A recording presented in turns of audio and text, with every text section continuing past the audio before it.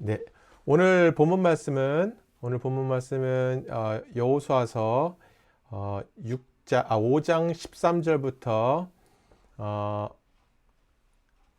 여호수아서 6장 27절까지 여호수아서 5장 13절부터 6장 27절까지 여리고 성의 정복이라는 제목으로 함께 말씀을 나누었으면 좋겠습니다.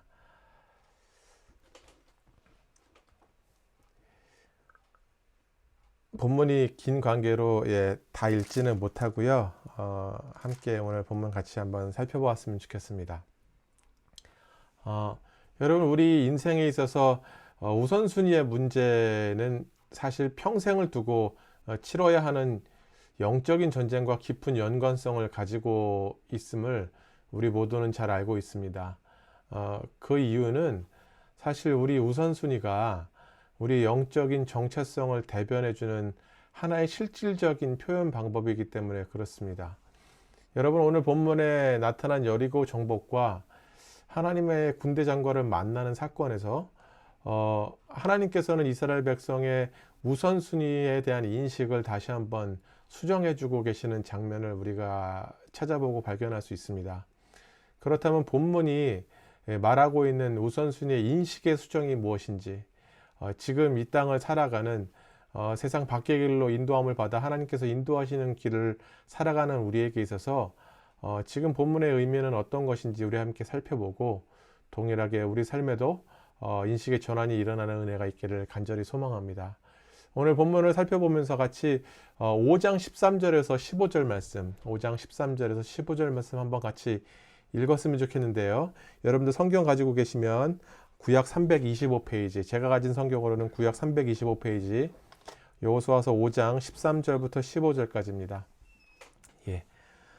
제가 읽도록 하겠습니다. 여호수아가 여리고에 가까이 이르렀을 때에 눈을 들어 본즉 한 사람이 칼을 빼어 손에 들고 마주 서 있는지라. 여호수아가 나아가서 그에게 묻되 너는 우리를 위하느냐 우리의 적들을 위하느냐 하니, 그가 이르되 아니라 나는 여호와의 군대 대장으로 지금 왔느니라 하는지라. 여호수아가 얼굴을 땅에 대고 엎드려 절하고 그에게 이르되 내 주여 종에게 무슨 말씀을 하려 하시나이까. 여호와의 군대 대장이 여호수아에게 이르되 내 발에서 신을 벗으라. 내가 선 곳은 거룩하니라 하니 여호수아가 그대로 행하니라. 아멘. 불어난 요단강을 건넌 뒤에 이제 할례를 실시하고 또 유월절을 지킨 뒤에 이제 마주한 여리고성을 정복하기 위해서 여호수아는 사실 적들의 동태를 살피기 위해 여리고 주변에 이르렀다라고 우리가 본문에서 발견할 수 있습니다. 그때에 여호수아 앞에 마주한 칼을 빼어든 자에게 여호수아가 흠칫 놀라면서 이제 피하 식별을 위한 질문을 던지죠. 너는 우리 편이냐 아니면 우리 적의 편이냐 라는 질문을 던집니다. 그런데 14절에서 이 사람의 대답이 요상하기 그지없습니다. 내 편도 적의 편도 아니라 하나님께서 보낸 군대 장관이다 라고 대답을 하죠. 통상적으로 여러분 이런 질문을 받으면 이 편이든 저 편이든 분명히 자신의 위치를 밝히는 것이 상식적임에도 불구하고 이 군대 장관은, 이 군대 대장은 이도저도 아닌 아니다는 대답과 함께 자신은 하나님께서 보낸 자다라는 동문서답 같은 대답을 하고 있습니다. 이 부분을 뉴 아메리칸 커멘터리의 저자 데이비드 하워드 박사가 뭐라고 얘기하냐면, 여기서 군대 장관이 아니다라고 대답하는 것은 여호수아가 가진 관심 자체가 하나님의 계획과 하나님의 관심에 도저히 맞지 않는 질문이다라고 설명하고 있습니다. 즉 이 말은 여호수아와 이스라엘이 직면한 현실의 문제를 해결하기 위해서 하나님께서 그들의 현실 속에 참여하시는 것이 아니라 이 모든 전쟁은 하나님의 뜻과 계획과 주도권에 따라 이루어지는 것이고, 그런 하나님의 역사에, 하나님의 인도하심에 이스라엘 백성이 참여하는 것을 의미한다는 것이죠. 여러분, 세상 밖의 길로 인도함을 받아서 살아가는 우리 또한 동일한 삶의 우선순위와 인식의 개선이 좀 필요한 줄로 믿습니다. 그것은 내가 내 인생을 이끌어가는 것이 아니라는 것입니다. 하나님께서 우리를 인도하고 계시다는 것을 가장 먼저 우리의 인식의 우선순위에서 정립을 시켜야 한다는 것이죠. 이것이 바로 신앙의 길, 믿음의 길을 가는 첫 번째 우선순위라는 것입니다. 만약 이 부분을 개선하지 못할 경우 여러분, 하나님은 늘 우리 인생에 있어서 조력자에 불과하게 된다는 것이죠. 조금 더 심각하게 표현하자면 하나님이 우리의 주인이라 하면서도 오히려 내가 하나님이 되어버리는 큰 과오를 저지르게 된다는 것입니다. 즉 하나님의 군대 장관이 여호수아에게 아니다라고 대답한 것은 여호수아와 이스라엘로 하여금 주제 파악하라는 다른 식의 대답이었다는 것이죠.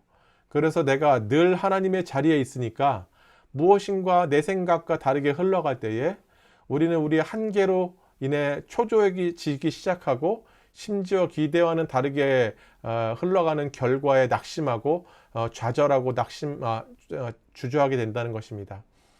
그러나 하나님께서 이루어 가신다는 믿음을 가지고 살아가게 된다면, 그 인식을 우리가 바로 가지고 살아가게 된다면 때로는 일이 조금 기대와는 다르고 결과가 그렇게 신통치 않다 해도 하나님께서 인도하시는 길이니 일이 일비하지 않게 된다는 것입니다. 그래서 이 장면은 믿음의 길을 가는 자들에게 있어서 하나님의 위치와 우리의 위치가 어떠함을 확인시켜 주므로 우리의 인식의 재수정을 요청하고 있는 본문이 아닐까 저는 생각합니다. 이어지는 구절은 여러분 사실 좀 전혀 다른 이야기를 하고 있는 것 같으나 사실은 동일한 메시지를 우리에게 던지고 있습니다. 15절 다시 한번 읽어볼까요? 15절입니다. 여호와의 군대 대장이 여호수아에게 이르되 내 발에서 신을 벗으라, 내가 선 곳은 거룩하니라 하니 여호수아가 그대로 행하니라. 예, 여러분 이 장면 어디선가 많이 본 듯한 장면 아닙니까? 예, 우리가 지난 학기 출애굽기를 살펴볼 때에 하나님께서 모세를 부르셨던 그 장면과 상당히 흡사합니다. 심지어 15절에 나타난 군대 장관의 요구는 출애굽기 3장 5절에 하나님께서 모세에게 요구하셨던 것과 심지어 동일한 요구라는 것입니다. 하나님께서 여호수아가 군대 장관과의 만남을 통해서 깨닫기를 원하셨던 것은 바로 하나님께서 임하시는 곳이 거룩한 곳임을 깨닫는 것이었습니다. 여호수아가 단순히 발에서 신발을 벗는다고 해서 그가 발을 딛고 있는 그 장소가 거룩해지는 것이 아니었습니다. 그가 선 곳이 거룩해질 수 있는 이유는 하나님께서 그곳에 임하셨기 때문에 그렇습니다. 이 장면을 통해 하나님께서 우리에게도 동일한 요구를 하시는 것이라 저는 믿습니다. 내가 선 곳은 거룩한 것이니 신을 벗어라. 즉 우리가 속한 곳, 우리가 살아가는 곳, 매일의 일상을 경험하는 그것이 하나님께서 동일하게 임하시는 장소요, 거룩한 곳임을 날마다 재인식해야 된다는 것입니다. 하나님께서 임하시는 곳이 거룩한 곳임을 깨달았을 때에 자연스럽게 요구되는 것은 또 하나 무엇인가 하면 신을 벗는 것입니다. 성경에서 신을 벗는다는 의미, 지난 출애굽기에서도 살펴보았지만 내가 가진 권리를 내려놓는 것을 의미합니다. 즉 하나님께서 임하시는 곳은 거룩한 곳이며 그곳에서 신을 벗으라는 이유는 하나님과 함께하는 곳에서는 하나님께서 주도권을 가지신다는 의미가 되기 때문에 그렇습니다. 여리고와의 일전을 앞두고 있는 여호수아, 그리고 이스라엘 백성들에게 요구되는 것, 그것은 하나님께서 함께 하시는 그 장소가 거룩한 곳임을 깨달아 자신의 손에서 힘을 빼는 것이었습니다. 이것은 다른 말로 하나님께서 책임지시겠다라는 의미가 되는 것입니다. 우리가 살아가는 현실은 사실 철옹성 같아 보이는 여리고를 매일같이 직면하는 그런 장소이죠.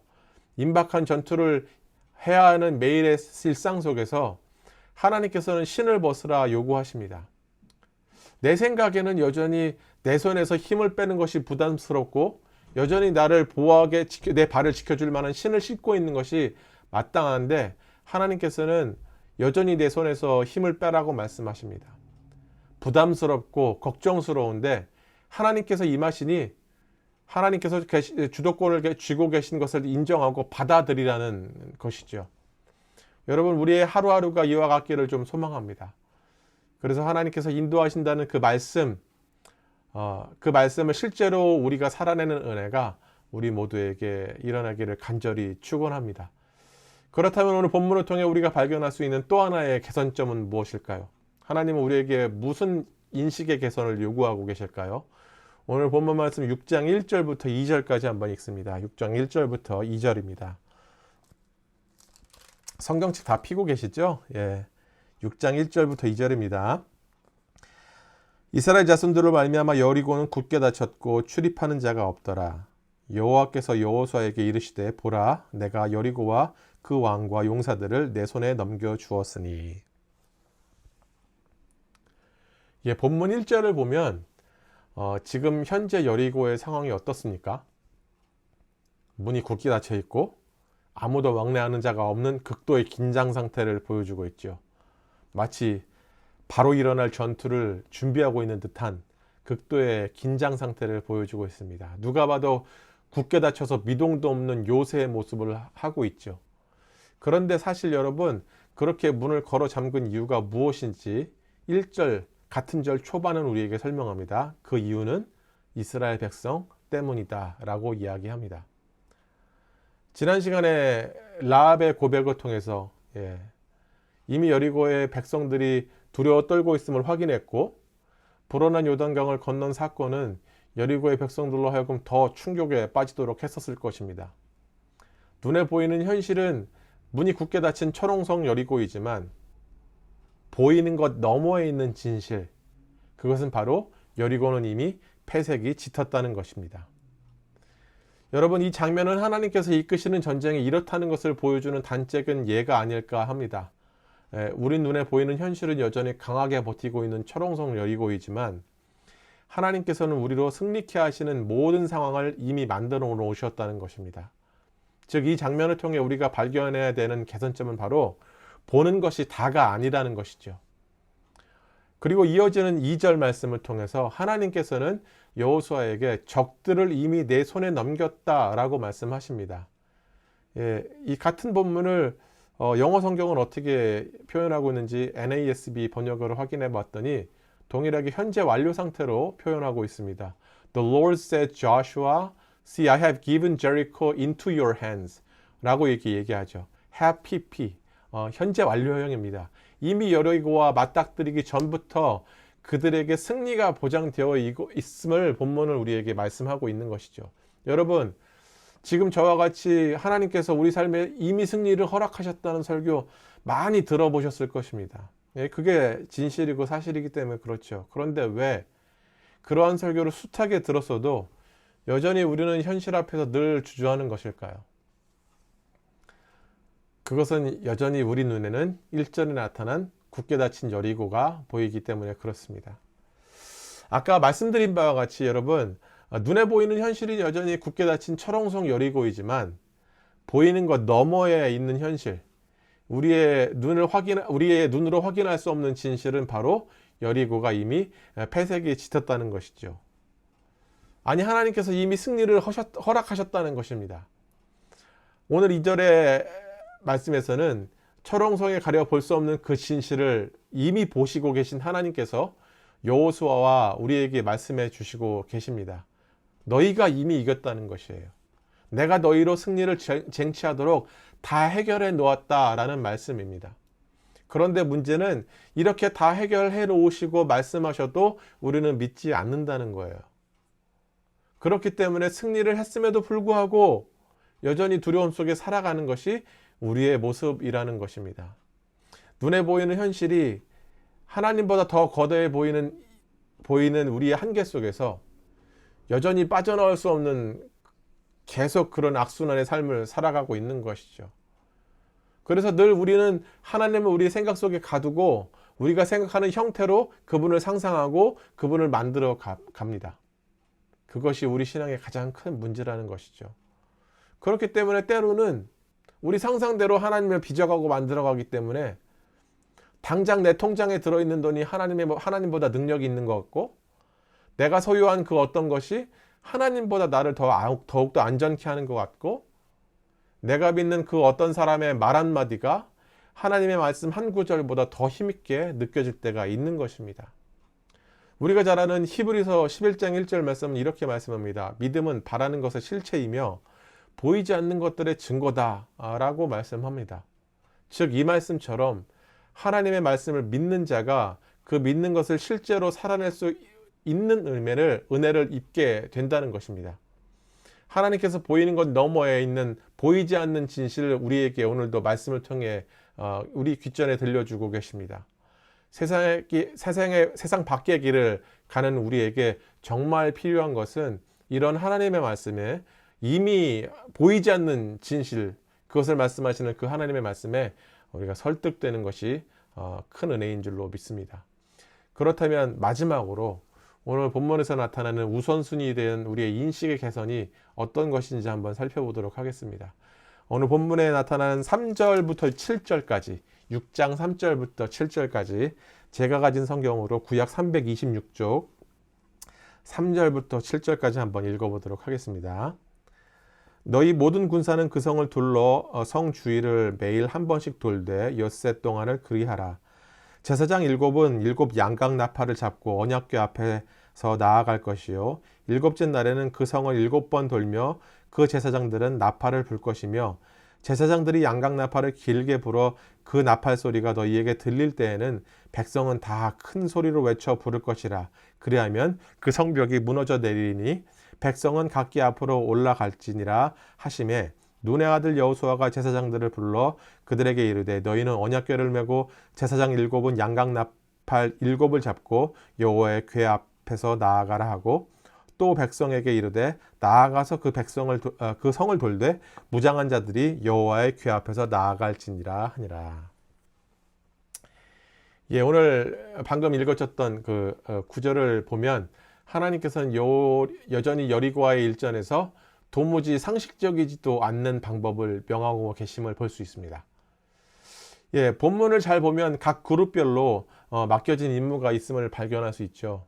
제사장들은 언약궤를 메고 또 7 제사장들은 양각 나팔을 불고 앞서서 가고 무장한 군사들이 마치 제사장들을 호위하듯이 앞뒤로 그들을 보호하면서 행진을 하고 백성들은 언약궤를 따라서 하루에 한 번씩 여리고성 주위를 돌고 마지막 날에는 7번을 돌고 양각 나팔 소리를 듣고 함성을 외치는 것이 그들의 주어진 임무였습니다.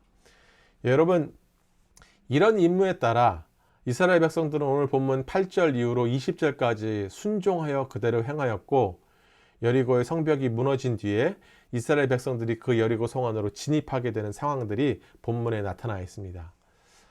이 부분을 총신대에서 이제 구약학을 가르치고 계신 김지찬 교수님이 이렇게 설명합니다. 하나님께서 이스라엘 백성에게 명하신 역할은 전투병의 역할이 아니라 군대의 의장대 역할이었다라고 말씀합니다.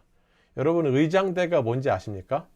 예, 의장대 역할은 군대의 그 경축 행사나 외국 사절에 대한 환영 및 환송을 그런 의식을 베푸는 부대죠. 키 크고 멋지게 생긴 이제 군인들이 나와서 온갖 치장한 군복들을 딱 입고 제복을 입고 깃발을 들고 행진하고 또 군악대는 뒤에서 쫓아가면서 음악을 연주하는 그런 환영 및 환송의 의식을 베푸는 부대가 의장대입니다. 즉 이스라엘 백성들이 여리고 성 주위를 도는 행위는 여리고 성을 물리적으로 무너뜨리는 일과는 전혀 상관없는 행위라는 것이 김지찬 교수님의 말씀이죠.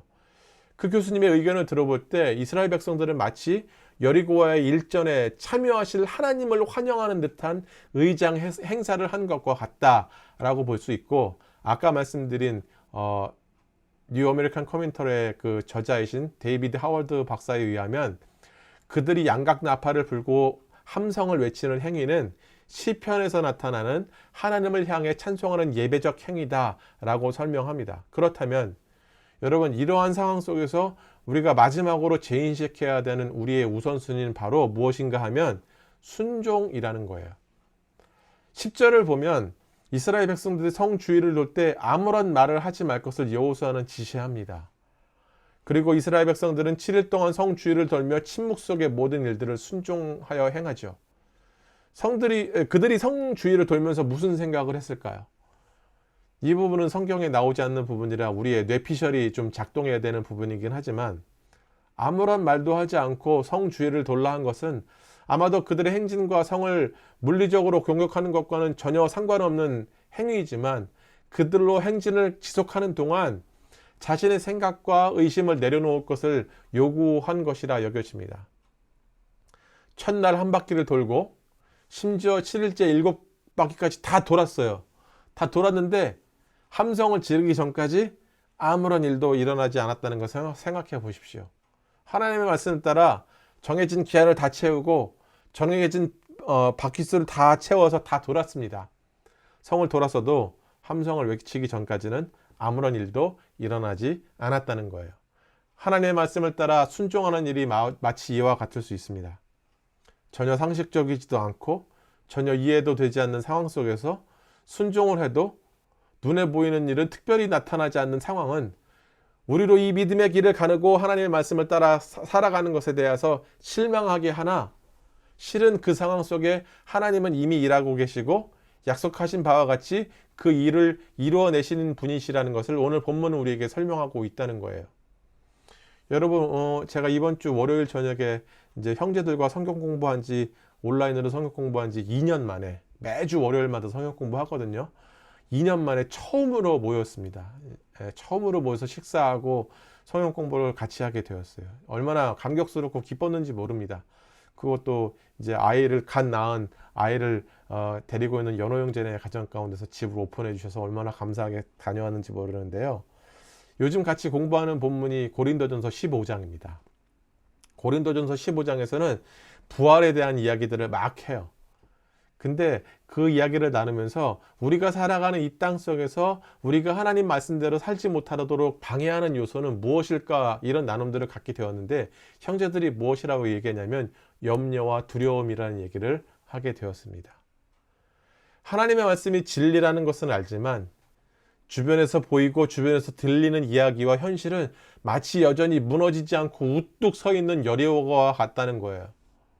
그것이 우리로 여전히 하나님의 말씀을 따라 순종할 수 없도록 하는 큰 요인이 된다는 것입니다. 형제들의 고백에 의하면 그것은 아마 우리 주님 오실 그날까지 계속되어지는 두려움과 염려와의 싸움이 아닐까라는 이야기를 하더라고요. 여러분, 그러다 보니까 결국 현실에서 남들이 하는 방식대로 내 자녀를 가르치기 시작하고, 남들이 하는 방식대로, 세상이 하는 방식대로 내 재정을 채워가게 되고, 남들이 하는 방식대로, 세상이 하는 방식대로 우리의 오늘과 내일을 또 다른 염려와 두려움으로 계속적으로 채워가는 것이죠. 그런 삶에서 하나님과 그분의 말씀은 설 자리를 잃게 되는 것입니다. 아무리 생각해도 이 시대 속에서 하나님의 말씀을 따라 순종하고 사는 것은 도무지 현실과 맞지 않는 삶의 방법일 것입니다. 그러나 오늘 본문은 우리에게 분명히 얘기하고 있죠. 그것이 바로 하나님께서 우리에게 요구하시는 삶의 방법이라는 겁니다. 왜? 아까 우리가 살펴봤잖아요. 하나님께서 주도권을 쥐고 우리를 이끌어 가시기 때문에 그래요. 내가 내 인생을 만들어 가는 것 같지만 오늘도 내 인생은 하나님의 이끌림을 받고 살아가고 있는 것이라는 거예요. 오늘 본문 20절 한번 읽습니다. 제가 본문 20절 읽어드릴게요. 이에 백성은 외치고 제사장들은 나팔을 불매 백성이 나팔 소리를 들을 때 크게 소리를 질러 외치니 성벽이 무너져 내린지라. 백성이 각기 앞으로 나아가 그 성에 들어가서 그 성을 점령하고. 현실의 염려 속에서 하나님을 따를 것이냐, 아니면 현실의 방법을 따를 것이냐 라는 고민은 아까 말씀드린 바와 같이 주님 오시는 그날까지 계속되어지는 싸움일 것입니다.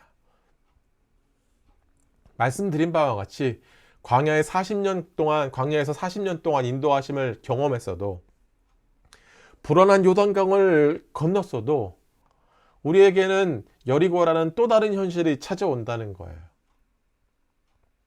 그런데 중요한 것은 모든 사건마다 하나님께서는 말씀하시고 이스라엘 백성들은 순종함으로 각 사건을 통과했다는 것을 성경은 우리에게 분명히 보여주고 있어요. 하나님의 말씀을 따라 사는 것이 상식적이지 않지만 계속되는 현실과의 마주함 속에서 하나님의 말씀을 순종해 나가는 연습이 우리 안에 생겨나길 소망합니다. 여러분, 한 가지 도전드리고 싶은 것, 여러분의 능력으로도 현실을 바꿀 수 없어요. 아무리 노력해도 그 현실은 바뀌지 않아요. 그렇다면 무엇을 해야겠습니까? 하나님 말씀에 순종해 보는 거예요. 말씀대로 살아보는 거예요. 그때 어떤 일이 일어나는지 우리가 경험해 보는 것입니다. 여러분, 오늘 우리가 말씀을 통해서 우리는 세 부분의 우선순위의 개선을 하나님께서 요청하신다는 것을 살펴보았어요. 첫 번째는 우리의 모든 현실은 하나님께서 주도권을 가지고 계신다는 것을 다시 한번 인식하는 거예요. 두 번째는 보는 현실이 다가 아니라는 것을 깨닫는 거고, 그 현실 너머에 이미 하나님께서 우리에게 승리를 허락하셨다는 것이고, 마지막은 하나님의 말씀을 순종하는 것이 우리의 상식이 되어야 함을, 도무지 상식 같지 않지만 하나님의 말씀을 순종하는 것이 우리의 삶의 상식이 되어야 함을 살펴보았습니다. 이미 알고 있는 것이지만 여러분, 실제적으로 살아내기에는 참 만만치 않아요. 정말 어렵습니다. 그러나 오늘 본문을 되새김질함으로 우리에게 이 세 가지가 몸으로 체득되어지는 은혜가 우리 모두에게, 우리 각자에게 일어나기를 간절히 소망하고, 그래서 다른 것에 오늘도 우리의 삶을 의지하고 기대하는 것이 아니라 하나님 말씀대로 순종하고 살아가는 것이 가장 안전한 길이고 가장 확실한 길임을 우리가 다시 한번 깨닫고 확신하는 놀라운 역사가 우리 가운데 있기를 간절히 소망합니다. 기도하겠습니다.